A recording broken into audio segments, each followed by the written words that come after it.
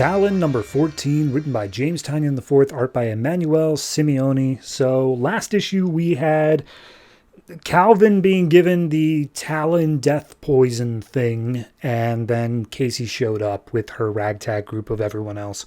So as Calvin is laying on the ground dying, he's like, all right, this sucks. I don't like this, but you know what? I remember the time where I thought I was going to die before and I fought against it.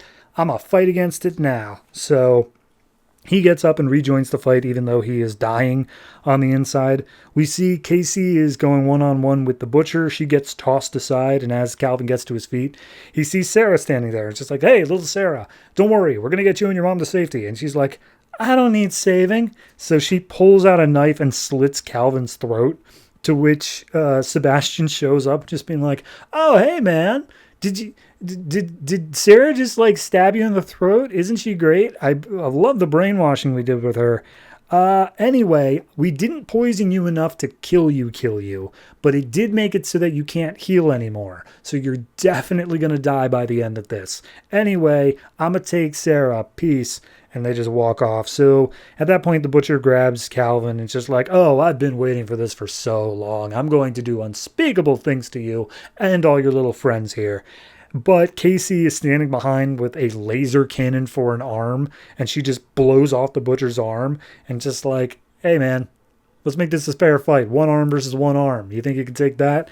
So at that point, she uses her laser cannon to just dismember Felix. Just chops him in half, cuts off his legs, and then cuts off his head. And he's just like, there's no killing me. I am the thing that never dies. And she's like, shut up.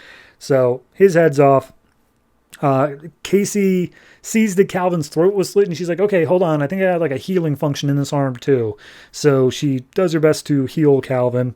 And as they stand up, they show that they are still surrounded by other Talons. And just like, okay, Casey, you need to go get to the bomb, because if you remember, there's a bomb in this place as well. You need to get to the bomb, shut it down. I'll take care of the rest of these guys. But first, I need you to set me on fire. And she's like, what? Why would I set you on fire?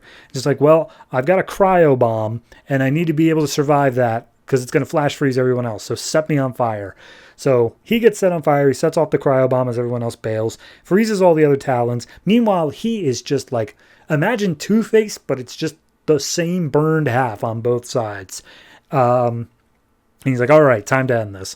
So they go off onto the roof of the Orchard Hotel. Sebastian and Sarah are there, and they talk over an iPad to the rest of the Court of Owls. And the court's just like, dude, what do you think you're doing, man? And he's just like, oh, I'm taking back everything that you took away from me. I'm the one who brought back the Talons. I made the Court of Owls what it is, from a fairy tale into this empire it is today. You think you're going to kick me out? Screw you. And so Calvin, still burned, comes up behind to just be like, hey, Sebastian, I'm going to kick your ass. So at that point, Casey runs in. Sorry, not Casey. Sarah runs in, trying to stab him again. And she's like, all right, I'm not dealing with you, kid. Tranks her, just takes her out for a little bit. And then he just, like, I cannot describe how terrifying his face is, goes over and just starts beating the ever-loving crap out of Sebastian. And he's just like, oh, you think it's going to matter? This building's going to explode in just a few minutes and take half the city with it. We'll both die here and I'll still win. That's how this is going to work. And then the Court of Owls, still listening on the iPad, is just like, hey, we are the Court of Owls. Like, we'll be fine with the other half of the city still standing. No big deal. You're not doing anything to us.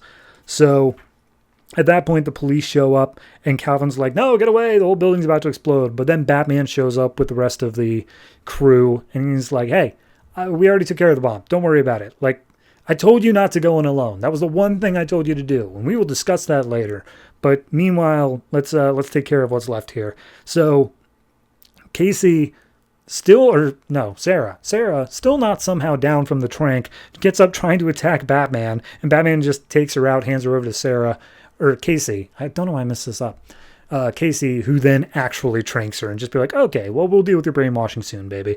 So Batman goes over and punches out Sebastian officially, as Talon's like, cool, we did it. I gotta die now. And so he just starts falling over, and Casey's immediately like, okay, hey, we gotta fix this. Batman, help. So Calvin fades off. He's pretty much dead. But we cut to 3 weeks later. We're on Securitas Island, and Calvin is waking up from a healing pod. And Casey walks in just like, hey, guess who's in charge of Securitas Island now? So he puts on his clothes, and they just talk and just like, yeah, no, everything's being worked out. We're doing what we can. They share a nice little tender moment of a kiss. And they say, all right, so here's what's going on. The Court of Owls back in hiding. Sebastian in jail. He's not getting out of Blackgate.